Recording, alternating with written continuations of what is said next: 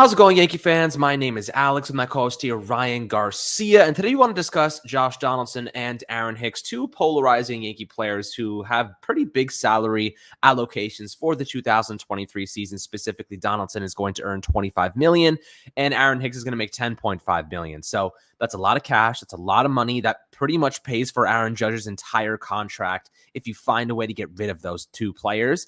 And I think it's worthwhile to have a discussion regarding how the Yankees could offload Donaldson and Hicks if they tried to. Now, I think the more likely scenario is they aren't able to offload their entire contracts, but there is a conversation to be had regarding packaging them with a prospect and whatnot. But I think getting rid of those two guys would really open up the Yankees' offseason plans. They have a lot of money coming off the books in the bullpen with Britton and Chapman.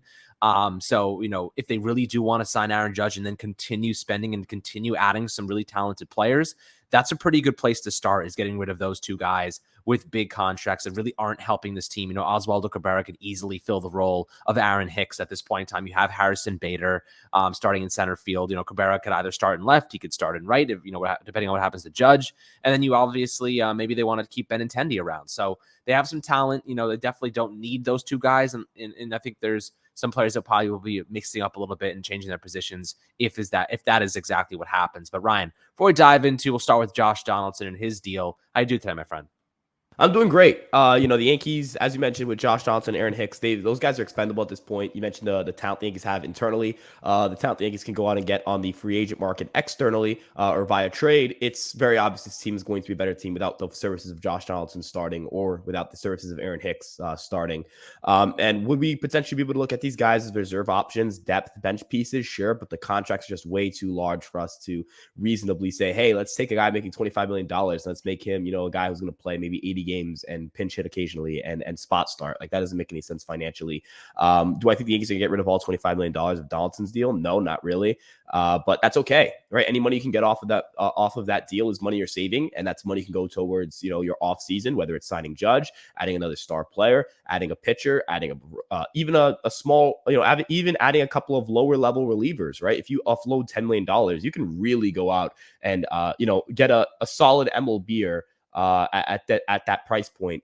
And as for Josh Donaldson, one thing this team is going to have a lot of this offseason is got pitchers and prospects that are not on the 40-man, that are Rule 5 eligible. And I think the Yankees are going to try to package as many of those guys as possible alongside of Josh Donaldson, and say, hey, how much, Josh Donaldson was probably worth, $12, $13 million for, based off last season. That's probably what he was worth. So, if you pay $13 million of his contract, we'll pay the remaining. Here's a guy who's Rule 5 eligible. And here you go. That's a deal right there. I think a lot of teams would take that deal. I think a lot of people, again, kind of overestimate how hard it is to get rid of that contract because it's a 1-year deal, right? So, as a team, you're taking a flyer on Josh Donaldson. I bet there are a lot of teams that don't have quality third basemen, and this offseason is not an offseason with many quality third basemen. You have to get creative, maybe, and Josh Donaldson might be the right guy to get creative with, right? This is a guy who still has a high barrel rate. This guy still hits the ball pretty hard. He still has a decent walk rate. The strikeout rate went up a lot this year, but based on kind of, where his, hard hit rates were at and where, his power was at, there are signs for maybe him to be able to be a 105, 110 WRC plus bat. And the defense was so good that carried a lot of his value. So, for a team, that doesn't have a great third baseman or has has a struggling third baseman of their own, Josh Donaldson presents an option to be a kind of a 1-year risk, right? And it's hard to really overpay on a 1-year deal because it's done after that year and it doesn't have any effects on your spending in the next offseason. So Josh Donaldson to me seems like the one that I know is going to get moved if the Yankees want to move him, which they should. They should not start him next year. If he's here starting, I don't really know what the goal of this offseason was because there needs to be change, needs to be new talent. You have a lot of young infielders. There's no reason for Josh Donaldson to start at third base next season. And I think it's going to be pretty easy to move off him based on their depth in the farm, based on the financials, and based on the fact it's a 1-year deal. Yeah, Nick and I had actually discussed this topic yesterday in terms of how the Yankees would kind of change up their infield. And, we kind of both came to the conclusion that we would prefer, let's say Peraza stays. Like, he's not traded. Peraza stays. He plays shortstop for the time being.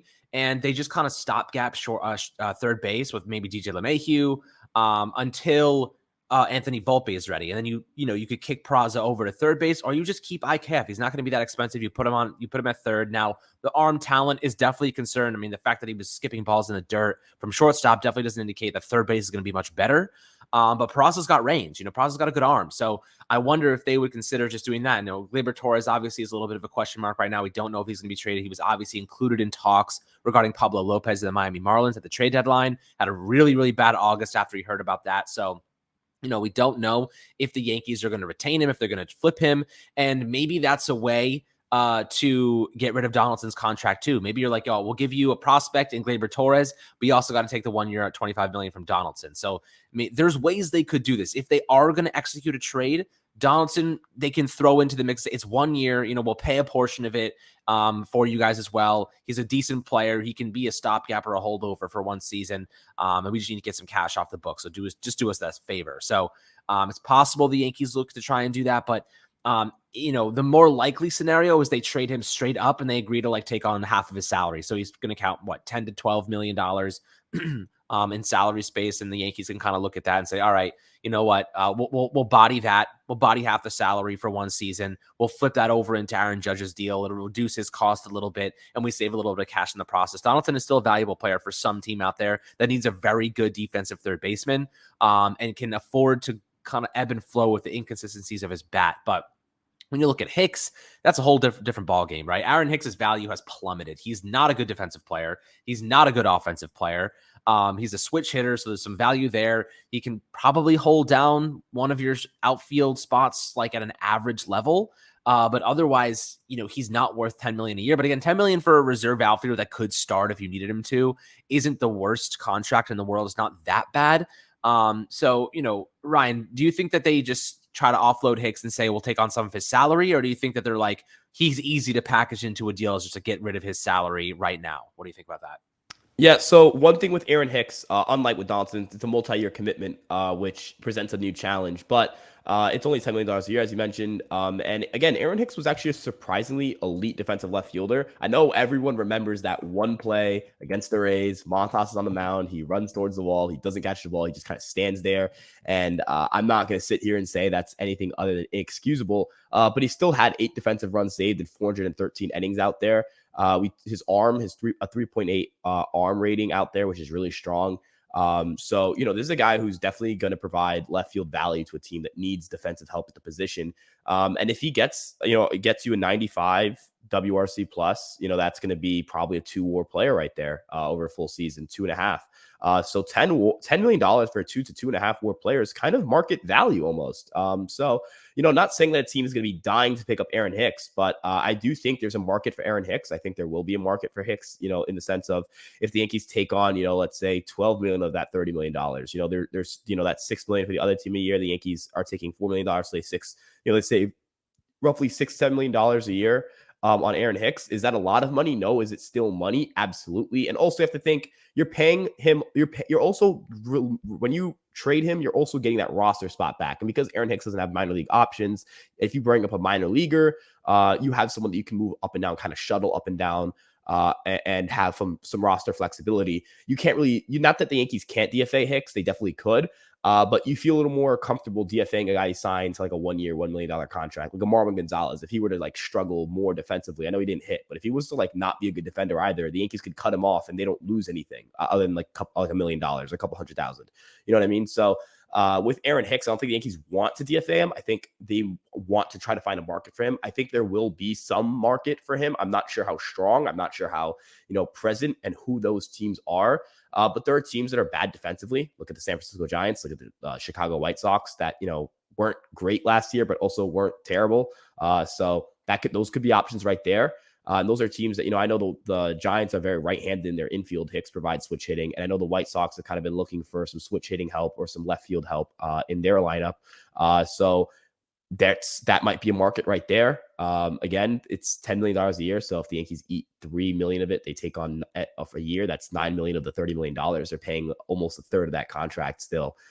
So it's just, it's not a lot of money. And I think the Yankees are going to be able to find a trade partner. I would be stunned if $10 million or $7 million or $6 million was too much for a team to bite for Aaron Hicks. Yeah, I agree. I think if the Yankees have the flexibility to move these players. It's just a matter of what they have to part ways with or how much they're going to have to pay to offload them in the first place. But nonetheless, I think it's very doable, and I think it's something that needs to be done. But guys, I'd love to hear your perspectives and opinions on Josh Donaldson, on Aaron Hicks. Do you think it's worthwhile to keep them or to get rid of them? I imagine most of you guys probably agree that getting rid of them and clearing some of that salary to reallocate toward maybe some pitching or maybe another infielder or maybe just put it towards Aaron Judge is probably the right way to go. Always happy to hear your opinions below. Make sure to like, subscribe as always to the Fireside Yankees channel. We'll catch you guys on the next episode.